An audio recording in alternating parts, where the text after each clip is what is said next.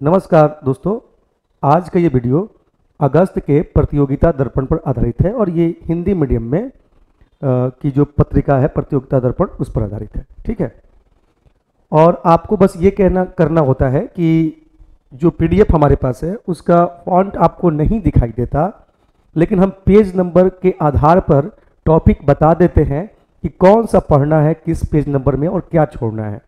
मेरा ये पूरा प्रतियोगिता दर्पण का जो सीरीज है क्या पढ़ने और क्या छोड़ने पर आधारित है, क्योंकि करंट अफेयर्स के अंदर बहुत सारी ऐसी चीज़ें हैं जो हमारे काम की नहीं होती, लेकिन हम अनावश्यक तौर पर उसे पढ़ने लगते हैं और जिससे एनर्जी अपनी ऊर्जा बहुत नुकसान होता है, वेस्ट होता है। ठीक है। तो एक अप्रोच के आधार पर हम आपको ये बताते हैं कि करंट अफेयर्स में क्या पूछा जा सकता है और क्या नहीं पूछा जा सकता है, जिससे आपका समय का बचाव होता है। चूँकि करंट अफेयर्स है ये बहुत दीर्घकालिक नहीं होता है, बहुत अल्पकालिक होता है। ये कोई कोर सब्जेक्ट नहीं है जिससे कि आप एकदम से कोर सब्जेक्ट की तरह इस पे पकड़ बनाएं, एकदम एक एक चीज़ एनसीईआरटी की तरह पढ़ना है, ऐसा नहीं है। इसमें आप छोड़ सकते हैं। यहाँ तक कि हम लोग तो कोर सब्जेक्ट में भी देखते हैं कि कहा जाता है कि भाई कुछ सेलेक्टिव अध्ययन करें, कौन चैप्टर पढ़ना है नहीं पढ़ना है। आप एनसीईआरटी में कौन चैप्टर पढ़ना है नहीं पढ़ना है उससे बचने की आवश्यकता नहीं है। अंडर मैट्रिकुलेशन जो भी चैप्टर है कोर सब्जेक्ट में पढ़िए, लेकिन ये सेलेक्टिव जो नज़रिया है अगर आपको करंट अफेयर्स में बने तो ये ज़्यादा बेहतर आपके लिए होगा। ठीक है। तो उसके आधार पे हम क्या छोड़ना है और क्या पढ़ना है बताते हैं। और आप अगर हमारे वीडियो को रेगुलर देख रहे हैं तो ये आइडिया आपको पता है। ये बात मैं बार बार इसलिए बताता हूँ कि कोई नया स्टूडेंट्स देख रहा हो तो उसे ये बात समझ में आ जाए कि ये किस आधार पर चीज़ें हम आगे बताते हैं। तो देखिए, अगस्त का प्रतियोगिता दर्पण है, इसमें क्या पढ़ना है और क्या छोड़ना है बताना है हमें। ठीक है। आप देख लीजिए कि पेज नंबर जो 7 है, स्वतंत्रता के दायित्व को समझिए, ये जो आपका लेख है ये बिल्कुल एक बार पढ़िए। इसमें बहुत सारी चीज़ें हैं जो नए विद्यार्थी हैं उनको बहुत कुछ इसमें से सीखने को मिल सकता है। तो ये आपको जो स्वतंत्रता के दायित्व को समझने पर जो आधारित ये लेख है बिल्कुल आपको पढ़ना चाहिए।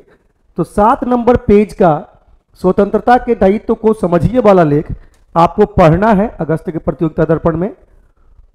उसके बाद जिस पेज नंबर पे हमें ध्यान देना है वो है राष्ट्रीय घटनाक्रम वाला पेज, जो 9 नंबर पेज में है। आप इसमें देखिए पहला टॉपिक कहता है कि राज्यसभा की 9 नंबर पेज अगस्त वाला जो कह रहा है कि राज्यसभा की 57 सीटों के लिए द्विवार्षिक चुनाव। ठीक है। तो इसमें अगर हम देखें, अगर बिहार के लिए अगर हम जा रहे हैं, ठीक है, बिहार के लिए तो जो द्विवार्षिक चुनाव हुए हैं 2022 में 57 सीटों पर, तो ये आप इसमें क्या आपको ध्यान रखना चाहिए हम आपको बता देते हैं।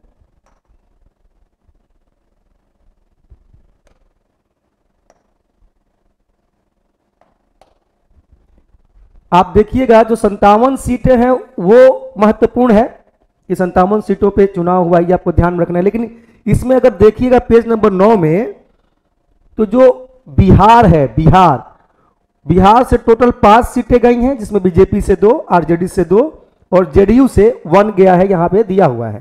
तो एक बार उसको भी बिहार वाले, चूंकि बीपीएससी को ध्यान में रख के हम ये चीजें आपको बता रहे हैं, तो बिहार वाला जो 5 सीट है, बीजेपी से 2, आरजेडी से 2, जेडीयू से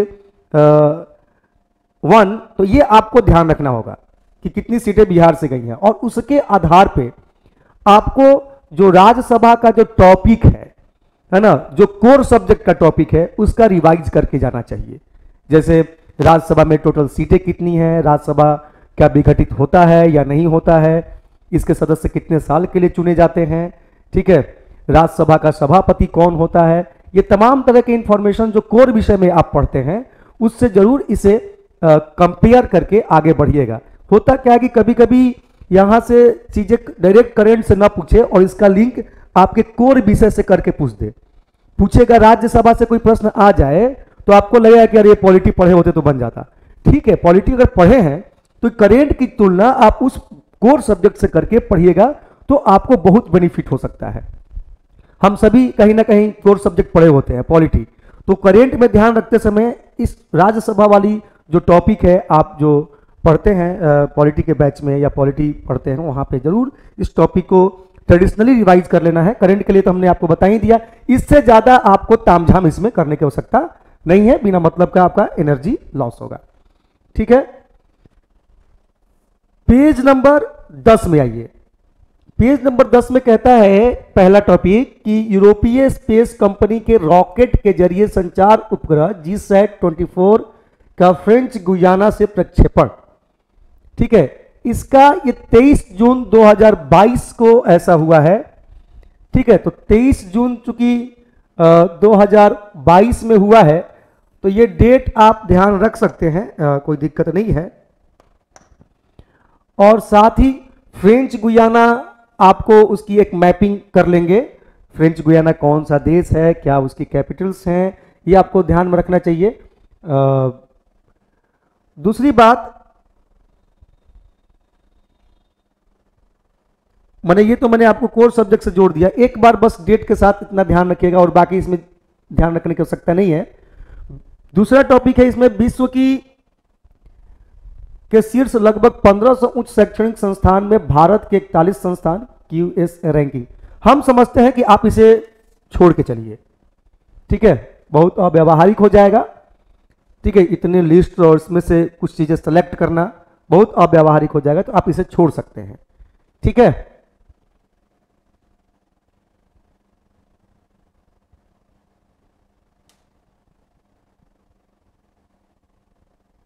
ठीक है, नेक्स्ट पेज में चलते हैं।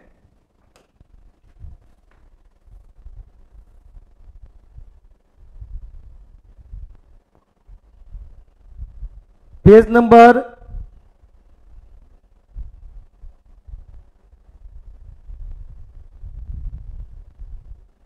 12 भी छोड़ सकते हैं।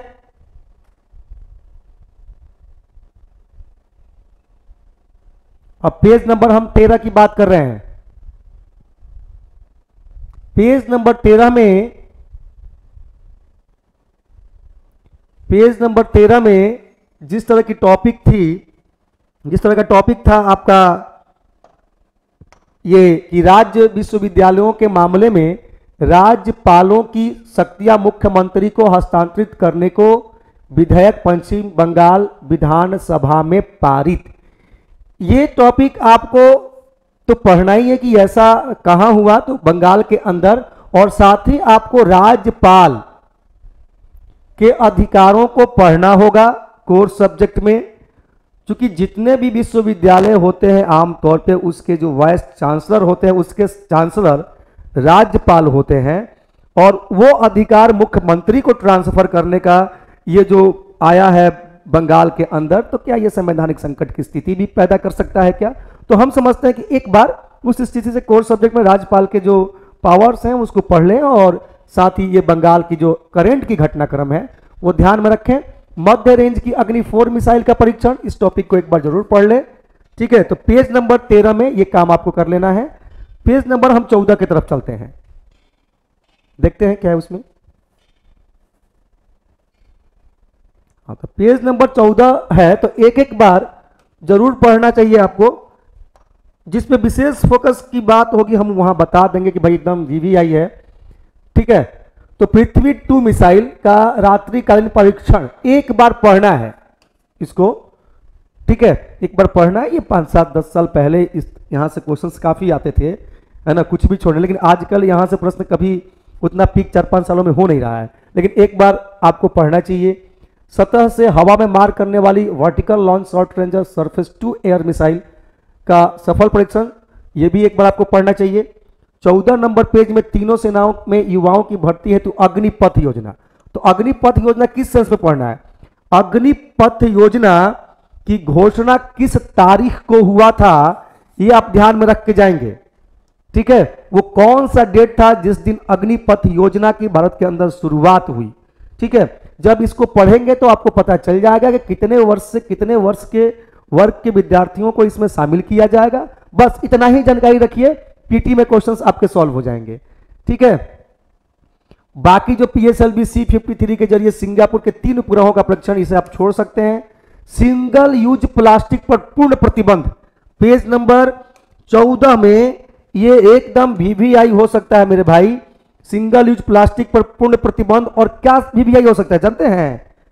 तारीख, कौन से तारीख पर इसे लागू किया। ठीक है। 1 जुलाई 2022 का डेट है यहाँ पे, तो एक बार जरूर आप इसे पढ़ लेंगे। सिंगल यूज प्लास्टिक का पूर्ण प्रतिबंध किस तारीख से लगाया गया, इस तरह के क्वेश्चंस बीपीएससी पूछ सकती हैं। अब आप नेक्स्ट पेज में चलें, पेज नंबर 15। देश के 16वें राष्ट्रपति का उपचुनाव 18 जुलाई को। तो ये दरअसल ऑफिशियल नंबर नहीं है, ऑफिशियल नंबर आपका 15 हो जाएगा, तो कंफ्यूज मत होइएगा। 15वें राष्ट्रपति के तौर पे द्रौपदी मुर्मू ने का चुनाव हुआ है, तो इस बात का ध्यान रखेंगे। ठीक है, चूंकि 2 बार राजेंद्र प्रसाद रह चुके हैं, तो इनको 50 नंबर ऑथराइज्ड किया गया है। 15वें राष्ट्रपति के तौर पे ही द्रौपदी मुर्मू को देखिएगा, और आंसर भी अगर विकल्प बीपीएससी में हो तो 15वां राष्ट्रपति ही आप आंसर में ले सकते हैं। ठीक है, तो केवल इनके संदर्भ में, द्रौपदी मुर्मू के संदर्भ में, ये किस जनजाति से बिलोंग करती है, संथाल जनजाति से बिलोंग करती हैं। ये इस राष्ट्रपति बनने से पहले कहाँ की राज्यपाल थी, ये कुछ बेसिक जानकारी है। ठीक है, और इनका जन्मदिन है ना, किस वर्ष का इनका जन्म हुआ था, ये कुछ बेसिक जानकारी है जो द्रौपदी मुर्मू को पढ़ते समय रखिएगा। तो एक बार जरूर पढ़िएगा, आगे भी प्रतियोगिता दर्पण में द्रौपदी मुर्मू से इंफॉर्मेशन मिलेंगे आपको। ठीक है, तो ये टॉपिक आपको पढ़ना है। हाँ, थोड़ा सा 16वें को 15वें के तौर पे देखना है। हम आपको YouTube का जो वो डिस्क्रिप्शन होता है वहां पे हम डाल देंगे, उसका जो मेन ऑथराइज गजट है वो 15वें के तौर पे, वहां पे आप देख लीजिएगा। पेज नंबर 16 में आइए आप। पेज नंबर 16 में देखिए, मुख्यमंत्री पद की शपथ ग्रहण करते हुए एकनाथ शिंदे। अब चूंकि बहुत राजनीतिक तौर पे उथल पुथल महाराष्ट्र में देखा गया था हाल ही में, तो वहां से आप ये बात ध्यान रखेंगे कि वहां के मुख्यमंत्री कौन है। तो मुख्यमंत्री ध्यान रखिएगा, महाराष्ट्र के राज्यपाल को ध्यान रखिएगा। ठीक है, बस, और ज्यादा ध्यान रखने की आवश्यकता नहीं है। पेज नंबर 16 में डीआरडीओ द्वारा high speed expendable aerial target अभ्यास का परीक्षण।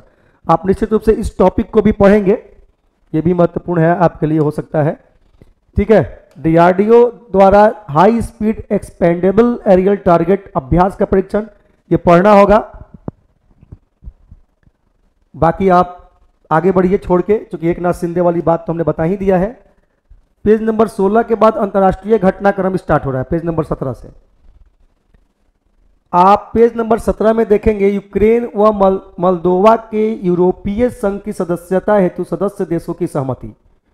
तो यूक्रेन तो आप इतना चर्चा में रहा कि जान ही गए, आप थोड़ा मोल्दोवा का ज्योग्राफिकल जानकारी रख लीजिएगा, बाकी आपको ज्यादा दिमाग लगाने की आवश्यकता नहीं है। वामपंथी गुस्तावो पेट्रो कोलंबिया के राष्ट्रपति निर्वाचित हुए हैं। तो ये जो कोलंबिया के राष्ट्रपति वामपंथी गुस्तावो निर्वाचित हुए हैं, क्वेश्चन कभी कभी पूछ देता है कि निम्न में से हाल ही में किस देश, निम्न में से हाल ही में गुस्तावो पेट्रो को किस देश का राष्ट्रपति निर्वाचित किया गया है, ऐसा प्रश्न पूछ देता है। तो कब नाम, देश और राष्ट्रपति का पद ध्यान रखिएगा। ये फोटो भी है यहाँ पे इनका, है ना। बोंग बोंग मार्कोस फिलीपींस के नए राष्ट्रपति, ये भी आप ध्यान में रख सकते हैं। बोंग बोंग मार्कोस फिलीपींस के नए राष्ट्रपति निर्वाचित हुए हैं, है ना। तो ये इस तरह की जानकारी आपको रखनी चाहिए, अन्यथा बीपीएससी ने इस तरह के प्रश्न कई बार पूछे हैं कि हाल ही में किस देश के राष्ट्रपति, नए राष्ट्रपति के तौर पर शपथ लिया। फिलीपींस से संदर्भ में पूछ सकता है, आपको कोलंबिया के संदर्भ में पूछ सकता है। हालांकि फिलीपींस पूछेगा, अगर यहाँ पे अगर देखें दोनों में से अगर कौन इंपॉर्टेंट ज्यादा है, तो हम कह सकते हैं कि फिलीपींस वाला ज्यादा इंपॉर्टेंट है। ठीक है, लेकिन चूंकि इस पैटर्न का प्रश्न आता है, इसका आंसर हम आपको यहाँ पे कह रहे हैं कि ध्यान रखेंगे आप। नेक्स्ट पेज में चलते हैं। नेक्स्ट पेज में आप देखेंगे, पेज नंबर 18 है। पेज नंबर 18 में ब्रिक्स का 14वां शिखर सम्मेलन वर्चुअल तरीके से संपन्न, ये आपको पढ़ना चाहिए। ठीक है, और कहां हुआ, वर्चुअल तरीके से संपन्न, इसकी अध्यक्षता किसने की, ये तमाम जानकारी आपको रखना होगा। और अगर पूरा नहीं पढ़ना चाहते हैं तो यहां पे 14 नंबर दिया हुआ है ब्रिक्स शिखर सम्मेलन, ठीक है, 23 से 24 जून 2022 चीन की मेजबानी में वर्चुअल तरीके से संपन्न और 2023 में दक्षिण अफ्रीका में प्रस्तावित है। तो ये तो आप जरूर 14-15 पढ़ लीजिएगा यहाँ पे। और एक बार जानकारी के लिए थोड़ा अगर पूरा पढ़ लेंगे तो ये इस डेट पे, इस तथ्य पे आपका थोड़ा सा व्यवहारिक कमांड हो जाएगा। पेज नंबर, नेक्स्ट पेज में चलते हैं, 19 नंबर पेज में। 19 नंबर पेज में भी G7 का 48वां शिखर सम्मेलन जर्मनी में लॉस एल्मो में संपन्न हुआ है। बहुत महत्वपूर्ण है, ठीक है, बहुत महत्वपूर्ण है ये टॉपिक। आपको नंबर से पूछ देगा, 48वां करके पूछ देगा, तो नंबर के साथ ध्यान रखिएगा, बहुत महत्वपूर्ण है। G7 का 48वां शिखर सम्मेलन जर्मनी में लॉस एल्मो में संपन्न हुआ है, इसको पढ़ना चाहिए। और जो मोदी जी का जो मुंह दिखाई दे रहा है यहाँ पे फोटो में, ये मोदी जी वाला जो स्पेशल सेगमेंट है, इसको पढ़ लीजिएगा, ठीक है, काम आएगा आपके। और क्वेश्चंस अगर घुमाने फिराने का भी प्रयास करेगा तो आप क्वेश्चंस पकड़ने की स्थिति में रहेंगे। तो ये सब टॉपिक को बिल्कुल, है ना, पढ़ना चाहिए, बढ़िया से पढ़ना चाहिए। पेज नंबर 19 के बाद हम आते हैं पेज नंबर 20 में। तो G7 से ही संबंधित है। प्रधानमंत्री श्री नरेंद्र मोदी की जर्मनी और संयुक्त अरब अमीरात की यात्रा, ये जरूर पढ़ें। प्रधानमंत्री मोदी की श्री नरेंद्र मोदी जी की जर्मनी और संयुक्त अरब अमीरात की यात्रा पढ़ें भी, और इन देशों की ज्योग्राफिकल कंडीशन भी ध्यान रखें। उस देश के प्रधानमंत्री, राष्ट्रपति, जो भी वहां के राष्ट्रप्रधान, राष्ट्राध्यक्ष हैं, ध्यान रखें, और ज्योग्राफिकल कंडीशन ध्यान रखें, ठीक है। और इसमें अगर दोनों देशों में अगर बात करें तो संयुक्त अरब अमीरात ज्यादा इंपॉर्टेंट होगा आपके लिए। वैसे भी गल्फ कंट्री से प्रश्न अक्सर बीपीएससी में आता ही रहता है। तो करेंट में अगर कोई देश किसी वजह से ऊपर से हमारे प्रधानमंत्री ऐसे देशों की यात्रा कर लें तो निश्चित रूप से महत्वपूर्ण हो जाता है, ठीक है। पेज नंबर 20 के बाद पेज नंबर 21 को देखिए, तो वही है यूएई के राष्ट्रपति द्वारा प्रधानमंत्री श्री मोदी का गले लगने का फोटो यहाँ पे है। तो यूएई का मैटर पढ़ेंगे तो वो सब चीजें आपको ध्यान में आ ही जाएंगी, ठीक है। ये बहुत महत्वपूर्ण टॉपिक हो सकता है, ग्लोबल लिविलिटी इंडेक्स 2022, ये बिल्कुल पढ़ना है भाई साहब, BBI। ये जो ग्लोबल लिवेबिलिटी इंडेक्स की दृष्टि से वियना रहने के लिए सबसे उपयुक्त शहर है, और दिल्ली मुंबई का क्रमशः जो 112वां 117वां स्थान है, ये आप देख लीजिए, बहुत महत्वपूर्ण है, पूछा जा सकता है, यहां से क्वेश्चंस बन सकते हैं। जो इंडिया के कितने शहर इसमें शामिल हुए हैं, है ना, उसके हिसाब से कौन से नंबर 1, नंबर 2, नंबर 3 पे है, इस तरह से क्वेश्चंस बनाए जाते हैं। बीपीएससी इस तरह के क्वेश्चन पूछ सकती है ना। उसके बाद ये पेज नंबर बहुत इंपॉर्टेंट है भाई साहब, 21 नंबर। इसके अलावा साथ साथ ग्लोबल पीस इंडेक्स के लिए भी ये टॉपिक इंपॉर्टेंट है। ग्लोबल पीस इंडेक्स 2022 में 163 देशों में भारत का 135वां स्थान। और साथ ही यही नहीं, जो साउथ एशिया कंट्री है उससे भी कंपेयर करके प्रश्न पूछा जा सकता है। जैसे साउथ एशिया में कम से कम जो महत्वपूर्ण देश आपको ध्यान में रख के जाना चाहिए, जो विकल्प में आ सकते, जैसे भूटान आ सकता है, नेपाल आ सकता है, बांग्लादेश आ सकता है, पाकिस्तान आ सकता है, उसमें भारत का रैंक आ सकता है। तो कंपेयर करने के लिए पूछा जा सकता है, या साउथ एशिया में सबसे बेहतर परफॉर्मेंस इस मामले में कौन किया है, ऐसे प्रश्न आ सकते हैं। तो थोड़ा ध्यान रखिएगा। यहाँ पे पेज नंबर 21 के बाद वही है, विश्व शांति सूचकांक का इंडेक्स दिया हुआ है, जो हमने आपको आइडियाज दिया है। सबके आपको सूचकांक ध्यान रखने की जरूरत नहीं है। भारत का रखने का ध्यान है, नंबर 1, 2, 3 का ध्यान रखने की आवश्यकता है, और साथ ही जो साउथ एशियन कंट्री है उसके साथ भारत का कंपेयर करके जाएं। तो अगर क्वेश्चन इतना ही घुमाएगा तो इन्हीं इर्द गिर्द में घुमाएगा। ऐसा नहीं कि अव्यवहारिक तरीके से जितना लिस्ट दिया है हम सब पढ़ लेंगे, कहां से पूछता है, इस तरह की सोच जो है अव्यवहारिक है। कहां से पूछता है हम सब पढ़ लेंगे, एक को नहीं छोड़ेंगे, ये एकदम अव्यवहारिक सोच है। इस सोच से पढ़ोगे तो एक को बना के नहीं आओगे, ठीक है। तो थोड़ा सा हमको एक क्वेश्चन पकड़ने के चक्कर में 22-25 खराब नहीं करना है। 2-3 क्वेश्चन छूट जाए वो अलग चीज है, लेकिन 25 में से 22 सही करके आना है, ठीक है। इस तरह की सोच को व्यवहारिक सोच कहते हैं। कहां से अब लगिएगा सब रटने तो पता चलेगा कि सब खत्म कर लीजिएगा आप, एगो के चक्कर में सारा कुछ गोबर कर लीजिएगा। तो इस तरह की चीजें, ये कैसे आपके अप्रोच डेवलप होंगे। आप प्रीवियस ईयर के क्वेश्चंस बनाइए, केवल बिहार के ही प्रीवियस ईयर मत बनाइए, आप जितने भी हिंदी भाषी क्षेत्र के प्रीवियस ईयर के क्वेश्चंस हैं, वहां करेंट जो पूछे जाते हैं उन सब क्वेश्चंस को देखिए ना आप, आपको पता चल जाएगा कि हमको करंट अफेयर्स में क्या विजन रखना है, क्या अप्रोच रखना है, क्या छोड़ना है ना। छोड़ना बहुत जरूरी है, ढिट्ठे सब नहीं पूछता है। पर्यावरण निष्पादन सूचकांक 180 देशों में भारत का 180वां स्थान, बहुत बढ़िया परफॉर्मेंस है भारत का, है ना, इसलिए इसे ध्यान रखिएगा। देखिए बहुत बढ़िया परफॉर्मेंस है, एज ए कमेंट मैंने बोल दिया, ऐसा नहीं कि आप एकदम से वही समझ लीजिएगा। तो ये बिल्कुल आपको देख के जाना चाहिए। पेज नंबर 22, उसके बाद पेज नंबर 22 में पर्यावरण निष्पादन सूचकांक आप देख लीजिएगा, भारत के संदर्भ में देखिएगा और नंबर 1 2 देख लीजिएगा, ठीक है। नेक्स्ट पेज नंबर 23 दिया ही है, वही पर्यावरण सूचकांक में डेनमार्क, यूनाइटेड किंगडम, फिनलैंड 3 गो ऐसे। अब भारत का तो रैंक दिया ही हुआ है। ब्रिटेन में महारानी, 23 नंबर पेज में, ब्रिटेन में महारानी एलिजाबेथ द्वितीय के राज्याभिषेक के 70 वर्ष पूर्ण होने के उपलक्ष्य में प्लेटिनम जुबली समारोह। तो पहला नंबर तो इनकी अभी मृत्यु भी हो गई है, तो अब ये टॉपिक इंपॉर्टेंट है, ध्यान रखेंगे, ये तो पढ़ ही लेना है। साथ ही साथ उनकी मृत्यु होने की वजह से जो चीजें आपको क्वेश्चंस के लिए बन सकता है बीपीएससी के अंदर, वो आगे भी प्रेडिक्शन होंगे। लेकिन महारानी एलिजाबेथ पे ध्यान रखिएगा, ठीक है, कितनी बार उन्होंने भारत की यात्रा कर रखी है, ये सब ध्यान रखिएगा, ठीक है। फिलहाल आप पढ़ लीजिए, हालांकि छोड़वा देता मैं, लेकिन अभी इनकी हाल ही में 2-3 दिन पहले इनकी मृत्यु हुई है, तो हम समझते हैं कि ध्यान रखेंगे, इनको पढ़ लीजिएगा एक बार, ठीक है। बाकी तो क्वेश्चंस क्या बनेंगे टेस्ट में हम लोग पूछते ही हैं, और जैसे जैसे पीडी में मैटर आता है उसके हिसाब से हम आपको प्रेडिक्ट करते ही हैं। तो जो अगस्त का जो दायरा है उसके हिसाब से हम आगे बढ़ रहे हैं। तो बाकी आप छोड़ सकते हैं,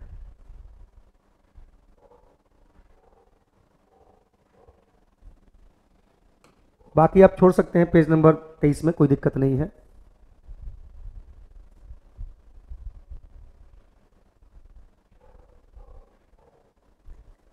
आप ये जो पेज नंबर 24 है उसमें भी आप देख सकते हैं कि हंगरी के कासाबा कुरोसी संयुक्त राष्ट्र महासभा के 77वें सत्र के लिए अध्यक्ष निर्वाचित हुए हैं, पढ़ लीजिएगा। और विजया लक्ष्मी पंडित का तो आप एज ए जनरल नॉलेज के तौर पे भी ध्यान रखते हैं कि वो 8वें सत्र की अध्यक्ष चुनी गई थी 1953 में। तो विजया लक्ष्मी पंडित, और ये आपको ध्यान रखना है, ठीक है। तो ये वैसे ही होता है जैसे किसी चीज की पढ़ते हैं, जैसे मान लीजिए अभी 2 साल से आपको 26 जनवरी पे गणतंत्र दिवस का कोई अतिथि नहीं आ रहा है, तो कोई क्वेश्चन वहां से इंपॉर्टेंट नहीं बन रहा है। हालांकि आमतौर पे हम लोग जब भी कोई अतिथि आते हैं 26 जनवरी को, तो क्वेश्चन प्रेडिक्ट करते हैं और पूछता भी है, हर कमीशन में पूछता है ना, कि गणतंत्र दिवस के मुख्य अतिथि हमारे कौन है। 2 साल से तो कोरोना की वजह से कोई मिल ही नहीं रहा है हमें। और साथ ही अगर इसी हिसाब से अगर जाए तो एक ही बार कि अगर नहीं पूछेगा 2 साल से, तो 26 जनवरी का कोई मुख्य अतिथि थे हमारे, तो है ही नहीं, तो क्या पूछेगा। तो अगर हम उसको बरियारी अगर प्रेडिक्ट करना चाहें, करे भाई चलो 2 साल से नहीं मिल रहा है, तो मजाक में मैं बात कर रहा हूं, चलो 2 साल से नहीं मिल रहा है, तो ऐसा है कि कम से कम पहला मुख्य अतिथि तो ध्यान में रख के जाए कि पहला मुख्य अतिथि भारतीय गणतंत्र दिवस का, जो पहले गणतंत्र दिवस के जो मुख्य अतिथि थे वो कौन थे। कहीं यही पूछ दिया जनरल नॉलेज के आधार पर, तो क्या करेंगे। तो आप ध्यान रखिएगा कि पहले गणतंत्र दिवस के हमारे मुख्य अतिथि इंडोनेशिया के राष्ट्रपति सुकार्नो थे। नहीं तो मैं क्यों ये बता रहा हूं, मैंने कहा कि वर्तमान में हंगरी के कासाबा कुरेसी को ध्यान रखिए। अभी पहली जो हमारे भारत की तरफ से जो 8वें सत्र की थी, है ना, विजया लक्ष्मी पंडित, उसको ध्यान रखिए। तो ये बात है, जब चीजें नहीं कंपेयर, तो जैसे कि हमारा 26 जनवरी पे कोई मुख्य अतिथि 2 साल से नहीं मिल रहा है, तो हम थोड़ी पूछेंगे कि भाई 2019 का पूछ देगा या 2018 का पूछ देगा, है ना, इनकेस पूछ भी देगा। लेकिन हमको लगता है कि अगर मन करे कभी कमीशन को पूछने का, तो पहले गणतंत्र दिवस के मुख्य अतिथि सुकार्नो के बारे में पूछ देना चाहिए कि पहले मुख्य अतिथि कौन थे 26 जनवरी गणतंत्र दिवस में। इसलिए मैं चर्चा कर दिया कि ये तो ध्यान रखिए, यहाँ जनरल नॉलेज के तौर पे हम लोग विजया लक्ष्मी पंडित को ध्यान रखते ही हैं। तो नेक्स्ट पेज है 24 नंबर पेज में कि जापान, इक्वाडोर, माल्टा, मोजाम्बिक और स्विट्जरलैंड 1 जनवरी 2023 से संयुक्त राष्ट्र सुरक्षा परिषद के नए अस्थायी सदस्य होंगे। तो ठीक है, इसको भी ध्यान रखिए, है ना। ये 1 2 3 4 5 जो सदस्य देश अभी हाल ही में शामिल होंगे, इनका आपको नाम ध्यान रखना है, ठीक है। नेक्स्ट पेज में चलते हैं। पेज नंबर 25 में दक्षिण कोरिया ने पूर्णतः स्वदेशी रॉकेट द्वारा पेलोड का अंतरिक्ष में प्रक्षेपण किया, छोड़ दीजिए आप।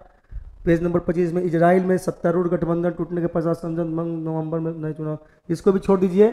आईएमडी के विश्व प्रतिस्पर्धात्मक सूचकांक में भारत का 37वां स्थान, इसको कवर कर लीजिए। पेज नंबर 25 में जो आईएमडी के विश्व प्रतिस्पर्धात्मक सूचकांक 2022 में भारत का 37वां स्थान, शुरू के 1 2 3 और भारत का एक रैंक, इसमें आपको ध्यान रखना चाहिए। पेज नंबर 25 में आर्थिक वाणिज्यिक परिदृश्य में देख लें, 2022-23 की खरीफ उपजों के लिए नए न्यूनतम समर्थन मूल्य जो हैं, इसके लिए अगर आप कुछ नहीं पढ़ते हैं, है ना, तो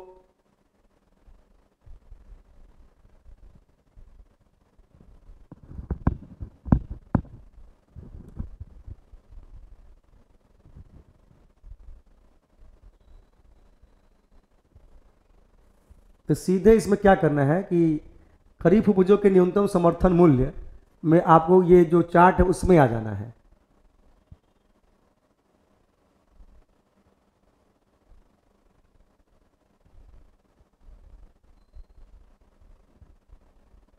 और छोड़ देना है, ठीक है, छोड़ देना है। धान का एगो ध्यान रखना होगा, तो ध्यान रखिएगा धान का।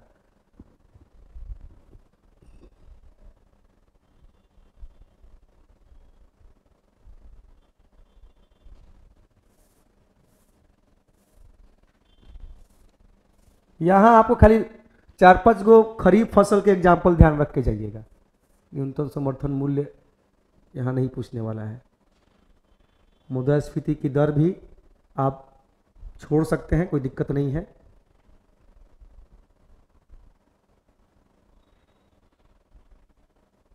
हालांकि हेडिंग को ध्यान में रखने में कोई दिक्कत नहीं है, हेडिंग्स ध्यान में रखने की जरूरत नहीं, हेडिंग्स देखना चाहिए। हेडिंग्स आप देख सकते हैं, हेडिंग्स देख सकते हैं, इसमें देख लेते हैं। और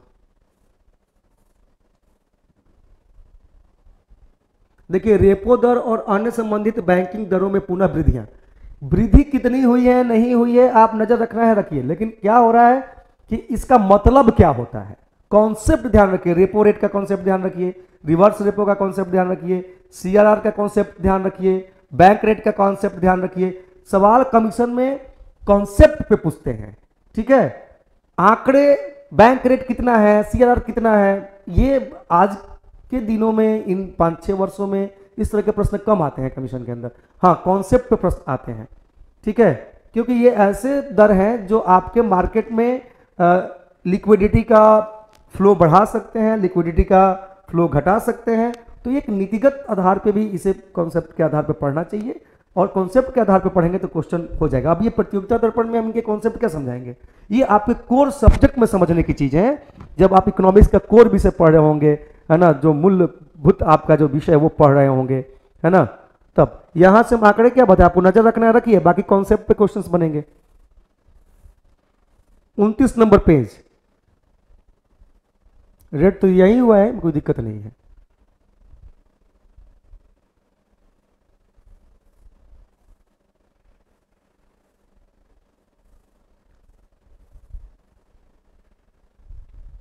मार्च 2022 में पेज नंबर 30 में टेली डेंसिटी कितना रहा है, तो 84.88, ध्यान रखिएगा।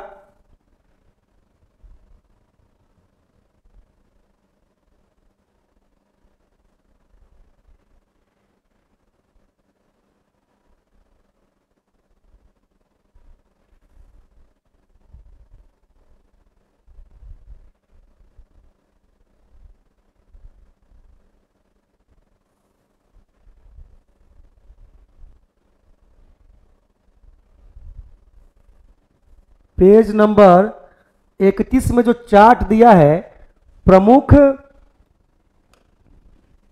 अर्थव्यवस्थाओं में जीडीपी वृद्धि दरें, विश्व बैंक के जून 2022 में आकलन, तो संपूर्ण विश्व का, विकसित राष्ट्र का और amazing markets and developing economic में चीन, इंडिया, रूस, ब्राजील, सऊदी अरब, भारत।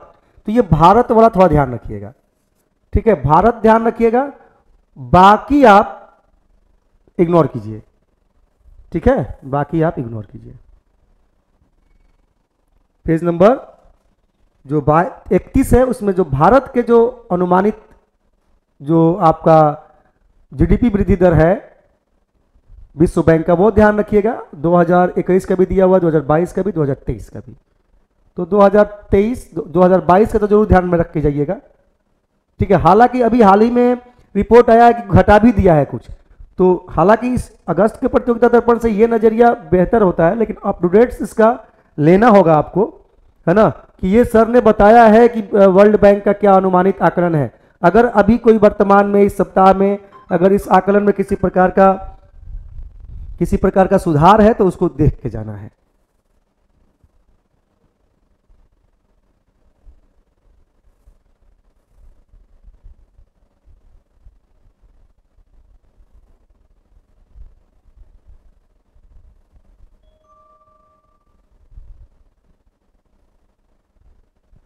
देखिए पेज नंबर 33 में जो विदेशी ऋण संबंधी आंकड़े हैं, तो भारत के संदर्भ में आपको ध्यान में रखना होगा, ठीक है।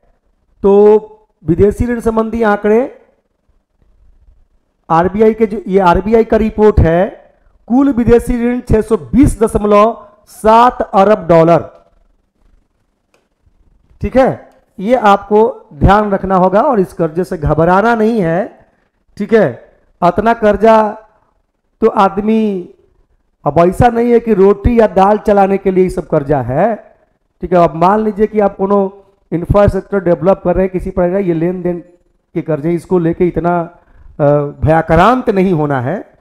तो बस आप आंकड़े के तौर पे ध्यान रखिए, इसके कॉन्सेप्ट तो आप जब इकोनॉमिक्स पढ़ेंगे तो कोर सब्जेक्ट जब पढ़ेंगे तो ज्यादा बेहतर समझ में आएगा, ठीक है। बाकी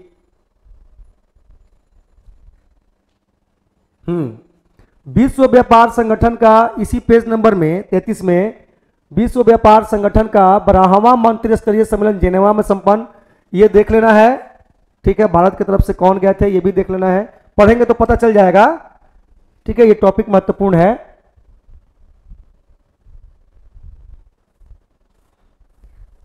पेज नंबर 34 में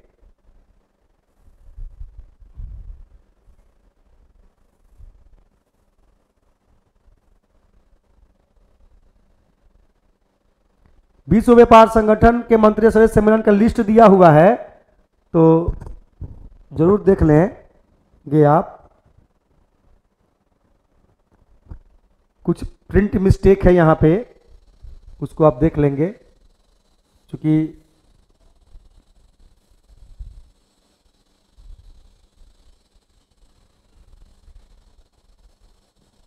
दो 2022 होना चाहिए, 2012 हो गया है लिस्ट में, तो इस सब थोड़ा सा अपना देख लीजिएगा। भारत के गौरव रेलगाड़ियों का परिचालन, तो ये पढ़ लीजिएगा, भारत के गौरव रेलगाड़ी, भारत गौरव रेलगाड़ी, इसको एक बार पढ़िएगा क्या है, यहां से क्वेश्चंस कहीं उठ जाए। पेज नंबर 35 में आइए,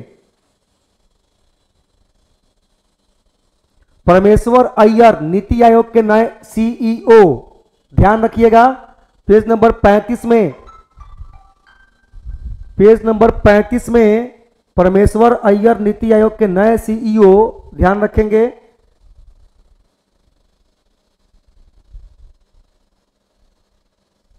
रुचिरा कंबोज संयुक्त राष्ट्र संघ में भारत की अस्थायी प्रतिनिधि, यह ध्यान रखिएगा पेज नंबर 35 में।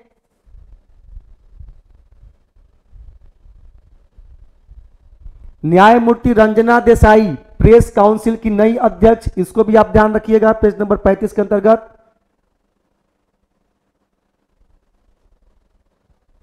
भारत के कृष्णा श्रीनिवासन अंतर्राष्ट्रीय मुद्रा कोष के एशिया प्रशांत विभाग के नए निदेशक हैं, देख लीजिएगा, इतना इंपॉर्टेंट ये नहीं है।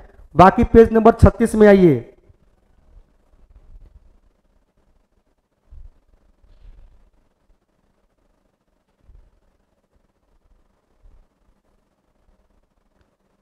आईफा पुरस्कार, छोड़ दीजिए आईफा। बहुत ध्यान देखना होगा आईफा में। तो सर्वश्रेष्ठ अभिनेता विकी कौशल के मुंह है में सर्वश्रेष्ठ अभिनेत्री की ट्रॉफी प्रदान करते हुए ऐश्वर्या राय किसको प्रदान कर रही है? कृति सेनन को कर रही हैं। तो कृति सेनन और विकी कौशल का खाली मुहम्मद ध्यान रखिएगा, बाकी आपको दिमाग नहीं ये पूछेगा, आईफा पर नहीं ये पूछता है।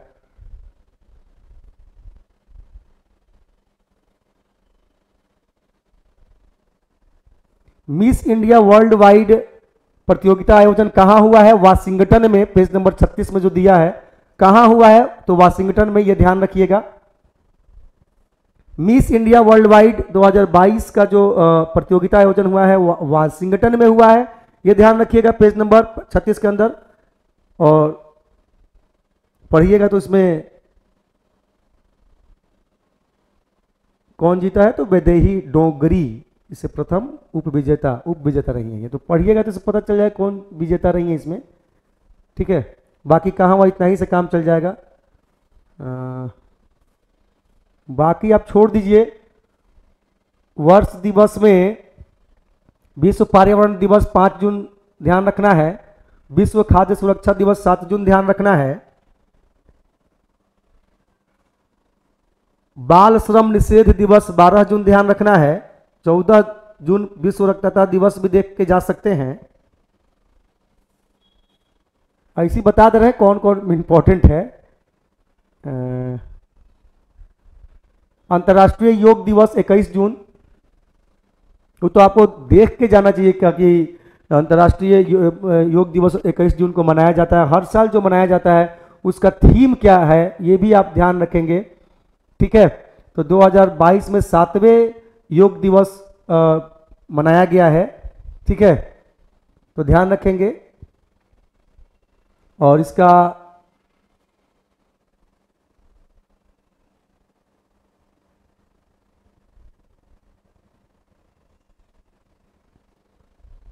योगा फॉर इम्यूनिटी इसका थीम रहा है 2022 का। तो पढ़ेंगे तो इस यहीं से पता चल जाएगा वो बेसिक जानकारी।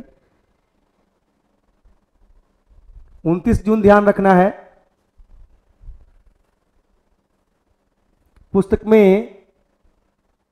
पुस्तकों में क्या प्रिडिक्ट कर दें? It's right.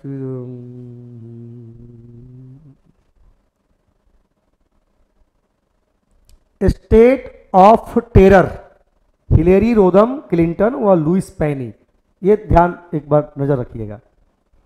ऑपरेशन और अभियान में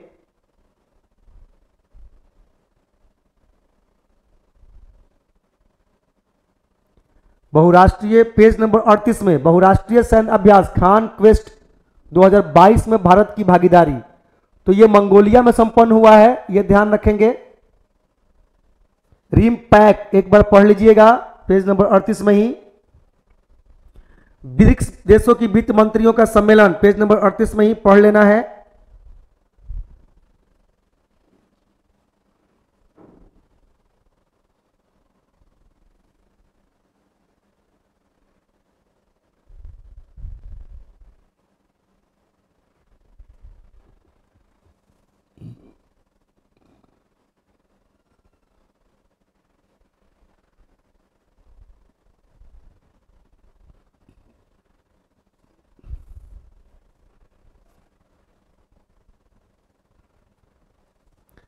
पेज नंबर 38 में ही महाराष्ट्र में औरंगाबाद का नाम अब संभाजीनगर और उस्मानाबाद का नाम धाराशिव, देख लीजिएगा। पेज नंबर 39 में खेल कूद से है और इसमें आपको इस बार तो अगर प्रश्न कुछ बनने का चांसेस भी बनेंगे तो कॉमनवेल्थ से बनेंगे, लेकिन इसमें देखते हैं कि और क्या क्या इसमें हो सकता है जो आपको ध्यान रखिएगा। जेवलिन थ्रो में नीरज चोपड़ा का नया रिकॉर्ड, ये जो नया रिकॉर्ड है 29.30 मीटर की तो पूछ चुका है, ठीक है। नहीं, ये प्रश्न पूछा हुआ है कि जो, हाँ ये पूछ चुका है।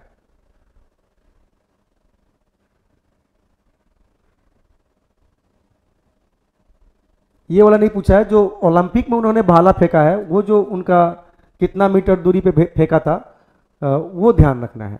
हालांकि यहाँ पे जो रिकॉर्ड जो बनाया उन्होंने 29.30 मीटर दूर तक भाला फेंक कर, इसको थोड़ा पढ़ लीजिएगा। और फिनलैंड के ओलिवर हेलेंडर ने 89.83 मीटर के साथ स्वर्ण पदक जीता है। तो देख लीजिएगा एक बार, इंडोनेशियाई ओपन बैडमिंटन ये कब पूछेगा, जब इसमें कोई भारतीय खिलाड़ी इसमें शामिल हो। तो देख लेते हैं।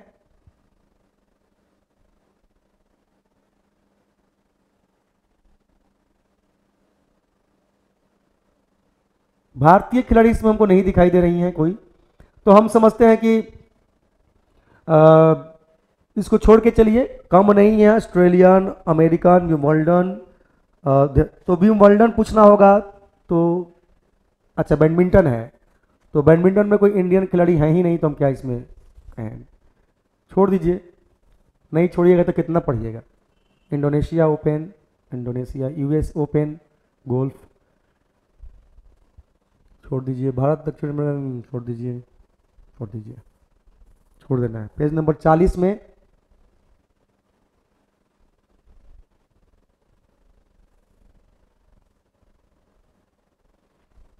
मिताली राज अंतर्राष्ट्रीय क्रिकेट से संन्यास ली हुई हैं, बड़ी चर्चा में रहती हैं। तो देख लीजिए कितना मैच खेला इन्होंने, ठीक है।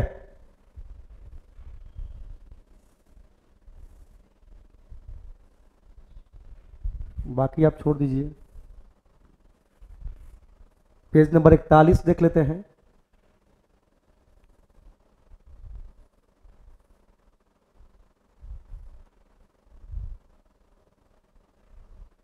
देखिए पेज नंबर 41 में शतरंज में जो राहुल श्रीवास्तव पी भारत के 74वें ग्रैंड मास्टर हैं, इनका बस नाम ध्यान रखिए। और इधर देख लीजिए हॉकी एशिया कप 2022 भारत को कांस्य पदक, ये ध्यान रखना है कि ये हुआ कहां है, ठीक है, ये ध्यान रखिएगा। और किसके साथ इनका मुकाबला था जिसमें वो हार के कांस्य जीते हैं, ये आप ध्यान रखेंगे, ठीक है। तो हॉकी एशिया कप कहां हुआ था, इंडोनेशिया में, जकार्ता में, पुरुषों का हीरो एशिया कप, ध्यान रखिएगा इसको। माने कॉमनवेल्थ में भी तो ध्यान रखना ही है। फीफा विश्व कप 2022 के मुख्य दौर में पहुंची 32 टीमें।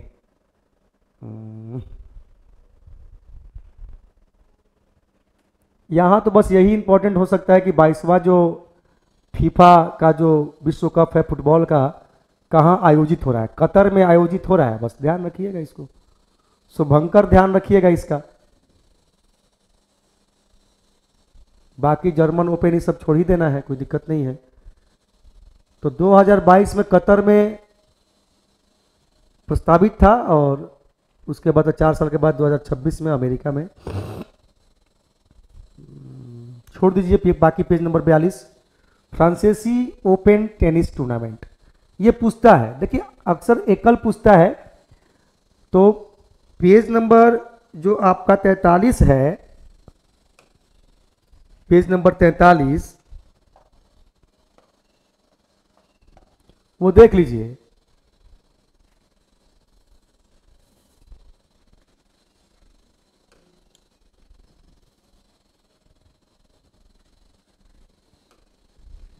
तो पुरुष एकल में, महिला एकल में ध्यान रखना है, और ज्यादा इंपॉर्टेंट महिला एकल ही होता है, ठीक है। तो ध्यान रखिएगा महिला एकल कौन जीता और किसको हरा के जीता, बने जीती। पुरुष एकल में भी कौन जीता और किसको हरा के जीता। बाकी हम युगल में और मिश्रित में तब आते हैं जब हमारी कोई भारतीय खिलाड़ी इसमें दिखाई दे रही होती या दे रहे होते, तो ऐसा कुछ हमको दिखाई नहीं दे रहा है। तो पुरुष एकल, महिला एकल ध्यान रखना है, ठीक है। बाकी इससे बाहर पूछेगा तो अब इतना बात आपको कहे कि ध्यान रखिए, तो ये कोई गेम नहीं ना है, विमर्शंस भी हो गया है, तो ध्यान रखना होगा। इतना ही आप एकल पे रहिए, थोड़ा अप्रोच लगाइए, जहां भारतीय खिलाड़ी शामिल होते हैं वो टॉपिक थोड़ा इंपॉर्टेंट हो जाता है आमतौर पे। लेकिन टेनिस में क्या है कि फ्रेंच, अमेरिकन, विमर्ल्डन, ऑस्ट्रेलियन ओपन बहुत इंपॉर्टेंट होते हैं। तो हाल फिलहाल में ये गेम हुआ है, तो यहां पे ध्यान रख के जाना ही चाहिए, ठीक है।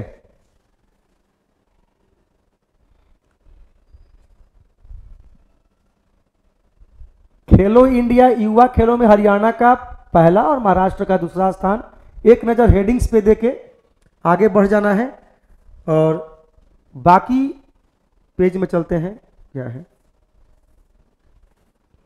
विज्ञान और प्रौद्योगिकी में तो ऐसा कुछ नहीं बनता नहीं है। आज का समाचार छोड़ दीजिए।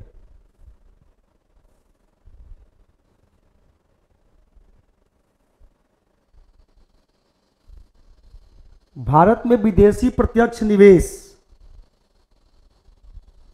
पेज नंबर 48 में चार्ट दिया हुआ है। तो सबसे बढ़िया जानते हैं इसमें क्या है? पेज नंबर 48 में, पेज नंबर 48 में कि 2021-22 में एफडीआई प्राप्त करने में कर्नाटक शीर्ष स्थान पर था। कर्नाटक का ध्यान नाम रखिएगा, है ना, कि सबसे ज्यादा एफडीआई प्राप्त करने वाला भारत में राज्य कौन है, तो कर्नाटक ध्यान रखिएगा, ठीक है। बाकी आप नहीं हो ध्यान रखेंगे तो काम चल जाएगा। और सर्वाधिक एफडीआई प्राप्त किस देश से किया है भारत ने, तो सिंगापुर से, दूसरे स्थान पे संयुक्त राज्य अमेरिका और तीसरे स्थान पे मॉरिशस। तो ये बहुत इंपॉर्टेंट चार्ट है पेज नंबर 48 में। कर्नाटक ऐसा शीर्ष राज्य है जो एफडीआई को आकर्षित किया अपने राज्य में, और ऐसा देश सिंगापुर बना है जो भारत, वहां से ज्यादा एफडीआई भारत के अंदर आया है। संयुक्त राज्य अमेरिका उसके बाद, और तीसरे नंबर पर मॉरिशस है। तो 1, 2, 3 और इधर कर्नाटक, महाराष्ट्र ध्यान रखना है, ठीक है। दूसरे स्थान पे महाराष्ट्र दिखाई दे रहा है। तो चार्ट से काम चल जाएगा, बाकी आपको गुना भागा करने की आवश्यकता नहीं है।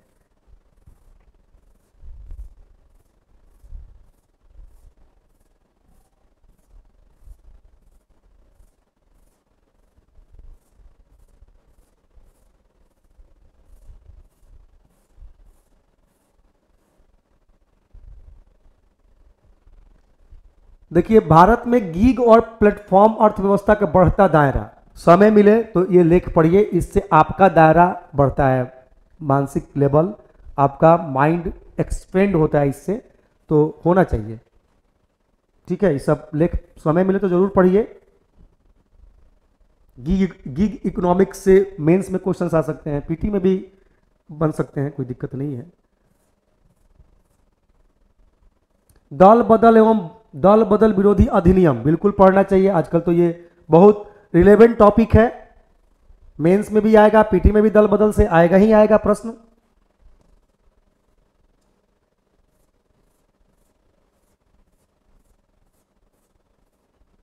अस्मरणीय तथ्य जो है, पेज नंबर जो 70 है, अस्मरणीय तथ्य में क्या होता है, वही चीज है जो पीछे आपने पढ़ा था। एक बार सरसरी निगाह से देख लेंगे, जिससे कि आपने जो पीडी में पढ़ा है उसका रिवाइज हो जाएगा, ठीक है। बिल्कुल पढ़ना चाहिए।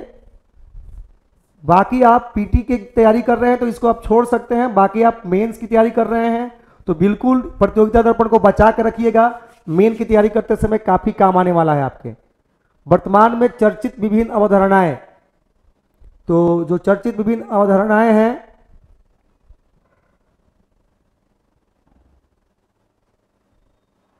थांगटा क्या है अगर पूछ दे, थांगटा एक बार यूपीएससी में पूछा था कि कलारी पट्टू क्या है, ठीक है। तो थांगटा क्या है, तो मार्शल आर्ट का एक तकनीक है जो मणिपुर राज्य में अत्यधिक प्रचलित है, तो थांगटा जरूर आप देख के जाएंगे, ठीक है। और चाहे तो इसकी जानकारी भी रख सकते हैं, कोई दिक्कत नहीं है। पेज नंबर 76 में थांगटा पे ध्यान रख के जाएं।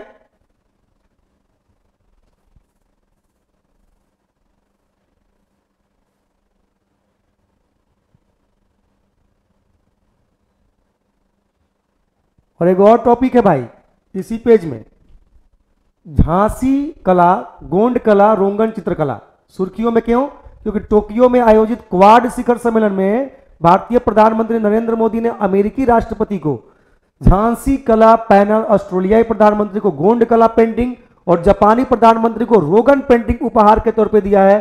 वीवीआई है ये, सो आप ध्यान रखिएगा भाई मेरे, किसको कौन सा पेंटिंग्स दिया है पीएम ने, ये ध्यान रखेंगे आप, ठीक है।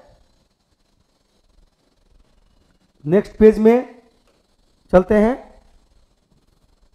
पेज नंबर 76 में थे अभी हम, पेज नंबर 77 में भी वही चीज है जिसका डिटेल्स दिया है।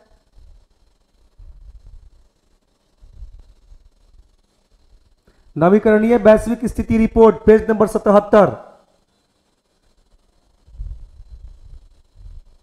तो इसमें केवल जो सुर्खियों में क्यों है उसी को पढ़ लेंगे कि 2021 में कुल अक्षय ऊर्जा क्षमता वृद्धि 15.4 गीगावाट भारत का, उसके हिसाब से स्थान देख सकते हैं कि कितने स्थान पे उसके हिसाब से बात है, कौन 1 2 3 पोजीशन पे है इस मामले में, अक्षय ऊर्जा के मामले में। तो इस सुर्खियों से ही पता चल जाएगा, पढ़ना चाहिए, पढ़ लीजिए एक बार।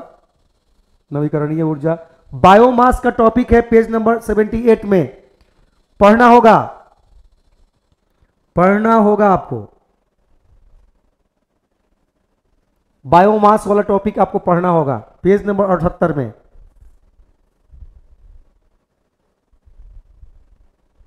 अभी तो मैंने पीछे विश्व प्रतिस्पर्धात्मक सूचकांक का मैंने कहा ही था पढ़ने के लिए, जो वहां पढ़ कीजिएगा तो उसका छूटा ही हुआ पाठ होगा कहीं, पेज नंबर 80। माने टॉपिक महत्वपूर्ण है, विश्व प्रतिस्पर्धात्मक सूचकांक पीछे ही करवा दिए हैं, तो बार बार थोड़ी उसको है, जहां पे है वहीं पे बार बार पढ़िए।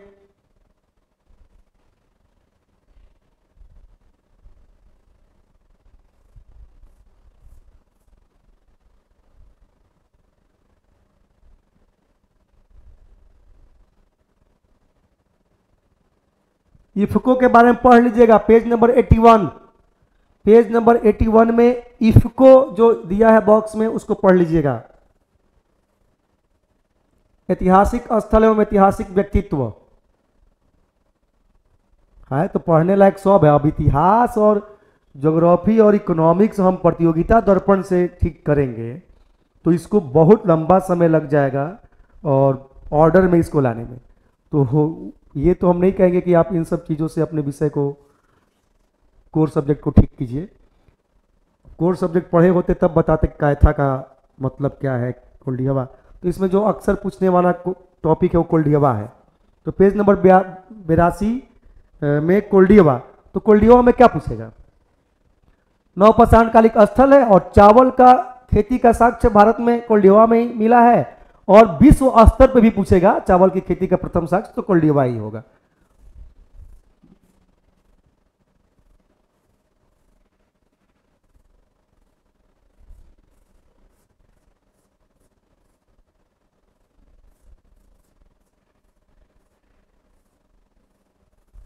पेज नंबर 85 में गुरु अर्जुन देव को पढ़ लेंगे, अमोघ वर्ष को पढ़ लेंगे। पेज नंबर 85 अमोघ वर्ष और गुरु अर्जुन देव।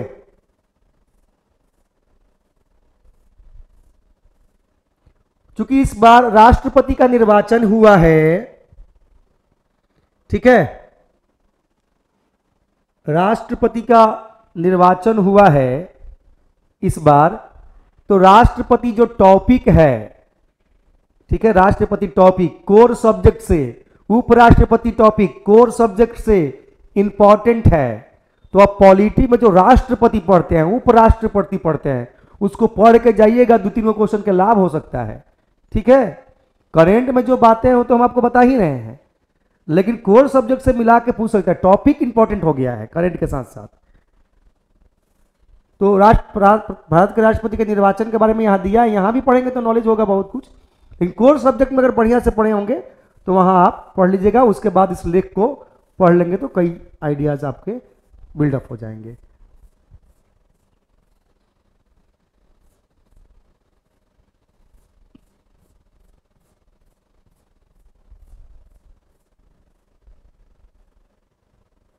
भारत के इथेनॉल ब्लेंडिंग नीति, समय मिले तो पढ़िए।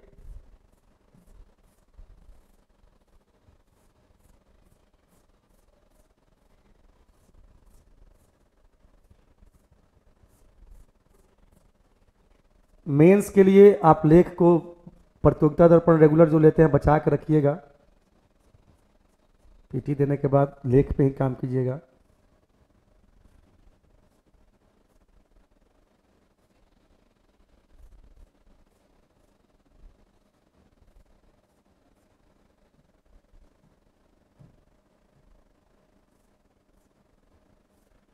सार संग्रह देख सकते हैं आप, आपको मन करे तो। अब सार संग्रह से तो आप पर्यावरण और सामान्य विज्ञान और क्या कहते हैं भारत की विश्व और भूगोल थोड़ी ठीक, उससे ठीक थोड़ी होता है। आप पढ़े हैं तो रिवाइज के तौर पे ये काम आएगा, बार बार पढ़ते हैं कहीं कहीं तो यहाँ भी पढ़ेंगे तो एक बार रिवाइज हो जाएगा। मन करे तो पढ़िए, मन करे तो छोड़िए। लेकिन हम ये अगर बेस बना ले कि नहीं हम 1 साल के जो है एकदम सार संग्रह रौट जाएंगे निकाल लेंगे, तो अव्यावहारिक सोच है। इस तरह की सोच से अपनी पढ़ाई को आगे मत बढ़ाइए, बहुत लेंदी हो जाता है। ठीक है, यहाँ पे शौक से पढ़ लीजिए, आपको रिवाइज होगा, अगर पढ़े हैं तो रिवाइज हो जाएगा। अगर आप पब्लिक सर्विस कमीशन की तैयारी कर रहे हैं तो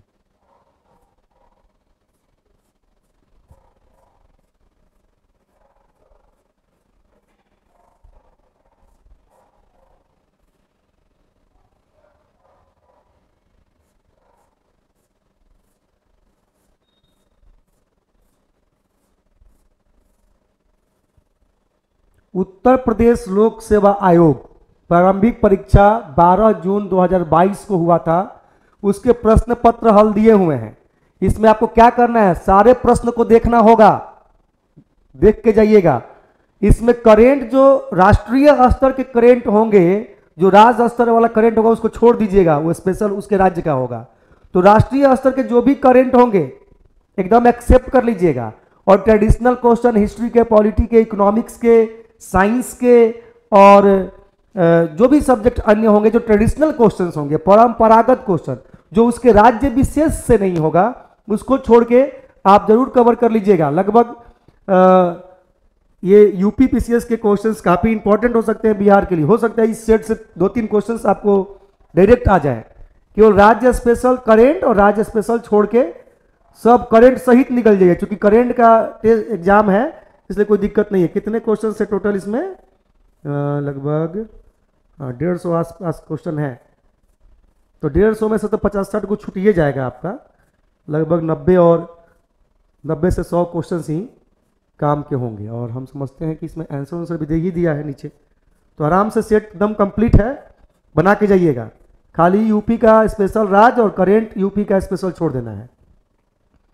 इसमें उद्योग व्यापार एवं बैंकिंग सचेतता से कुछ क्वेश्चंस हैं, उसको भी हम बता देते हैं कि इसमें कौन कौन इंपॉर्टेंट क्वेश्चंस हैं, जिसको आप देख के जाइएगा। जैसे निम्नलिखित में से कौन सीबीटी के नए चेयरमैन, इसको छोड़ सकते हैं आप। 1 नंबर क्वेश्चन छोड़ सकते हैं, पेज नंबर 146 में। हाँ, जून 2022 में जो ब्रिक्स में 5 देशों के समूह सम्मेलन हुए हैं, उसे आप जरूर ध्यान में रख के जा सकते हैं, कोई दिक्कत नहीं है भाई। हम नंबर बता देते हैं, 3 नंबर क्वेश्चन ध्यान में रख के जा सकते हैं। 146 नंबर पेज में question number 2, question number 3 important है। 4 नंबर क्वेश्चन इंपॉर्टेंट है। 5 नंबर क्वेश्चन भी इंपॉर्टेंट है। 6 नंबर इंपॉर्टेंट है। 7 नंबर परसेंटेज के जगह पे अगर आप बैंक रेट रेपो दर के अगर कॉन्सेप्ट ध्यान में रखेंगे तो वो ज्यादा बेहतर रहेगा।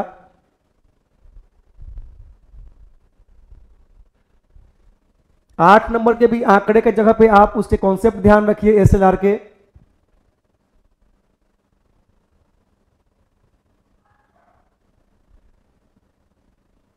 हाँ, 9 नंबर इंपॉर्टेंट है, कॉन्सेप्चुअल क्वेश्चंस हैं।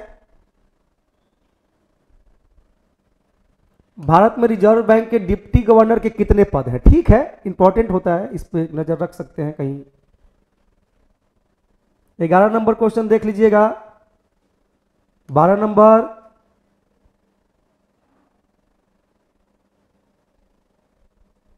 13 नंबर आप छोड़ सकते हैं।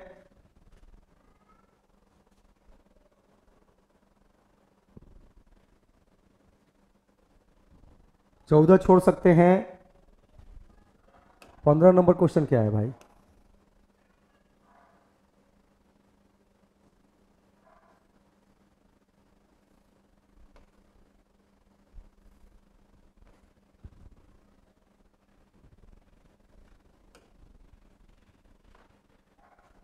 सत्रह नंबर भी छोड़ दीजिए।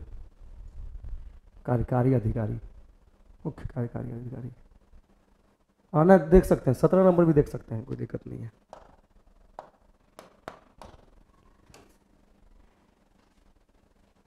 18 नंबर देख सकते हैं।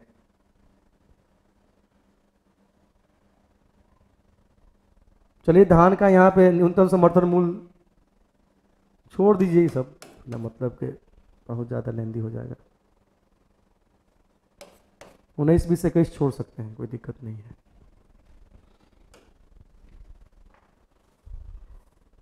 समसामयिक वस्तुनिष्ठ दिया हुआ है यहाँ पे पेज नंबर 147 में। तो पेज नंबर 147 का भी समीक्षा कर देते हैं, बता देते हैं क्या क्या करके जाना है। आसान रहेगा। देखिए छोड़ना बहुत महत्वपूर्ण है, सेलेक्टिव करेंट में होना ही होगा आपको। 1 नंबर क्वेश्चन पढ़ लेना है, रेत समाधि। वैसे भी ये क्वेश्चंस इंपॉर्टेंट है, ये है इस बार भी पीएससी के लिए। 2 नंबर को देख लेना है।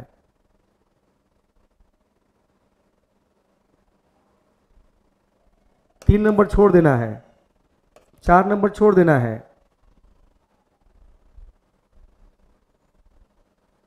5 नंबर देख लेना है।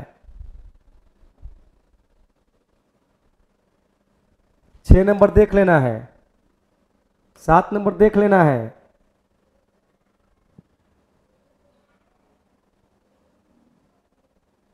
है तो थोड़ा सा कूट में ही, लेकिन इंफॉर्मेटिव तो है ना कम से कम। तो यहां पे 8, 9 भी देख लेना है, कोई दिक्कत नहीं है। पेज नंबर 147 में 8, 9 भी देख लेना है। 10 नंबर भी इंपॉर्टेंट हो सकता है।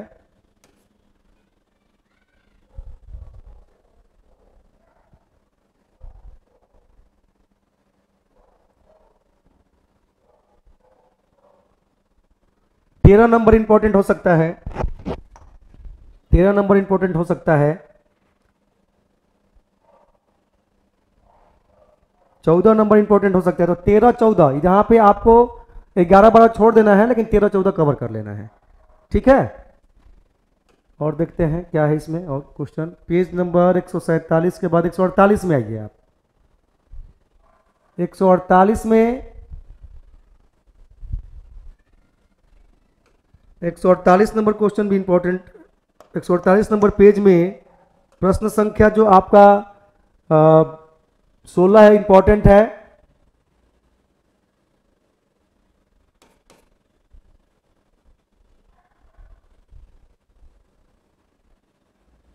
सत्रह नंबर इंपॉर्टेंट नहीं है। एसडीआर इंपॉर्टेंट है, क्वेश्चन इस तरह का इंपॉर्टेंट नहीं है।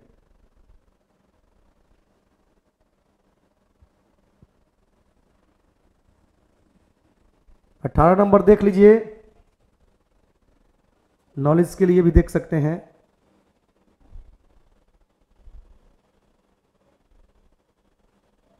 19 नंबर देख लीजिए।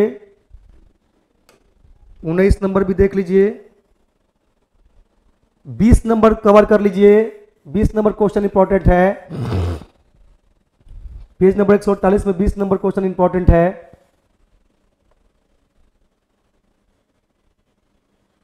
21 नंबर छोड़ सकते हैं। 22 नंबर छोड़ सकते हैं।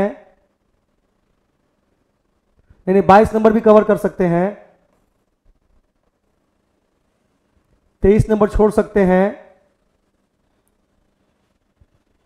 24 नंबर छोड़ सकते हैं।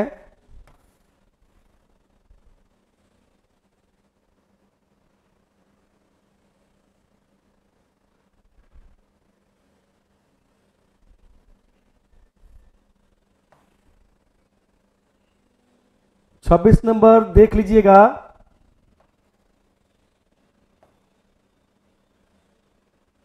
28 नंबर भी देख लीजिएगा।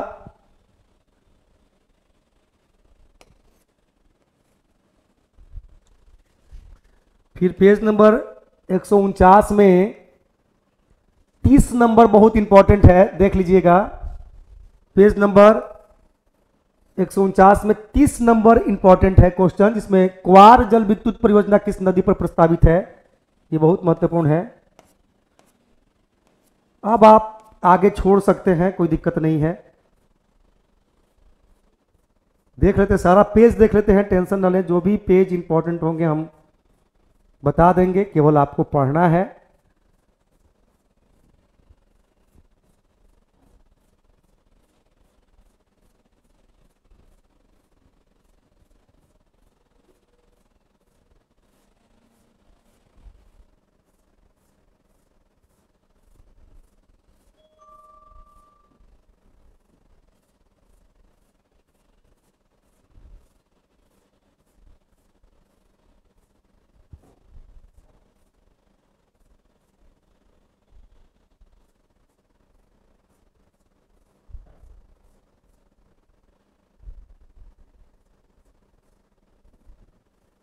अब देखिए इसके बाद स्टार्ट होता है महत्वपूर्ण वार्षिक घटनाक्रम।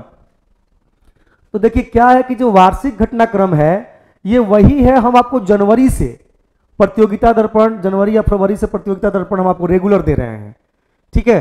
तो वो जो रेगुलर दिया गया है आपको क्या पढ़ना है क्या छोड़ना वाला, जो हमने आपको हर महीने के मैगजीन पे जो काम किया है उसमें देखिएगा उसी को इसको रिवाइज कर दिया है। तो अगर आप बार बार प्रतियोगिता दर्पण नहीं देख रहे हैं तो आप उस विजन पे, उस व्यू पे टोटल पेज को एक बार पढ़ के एक बार रिवाइज कर सकते हैं।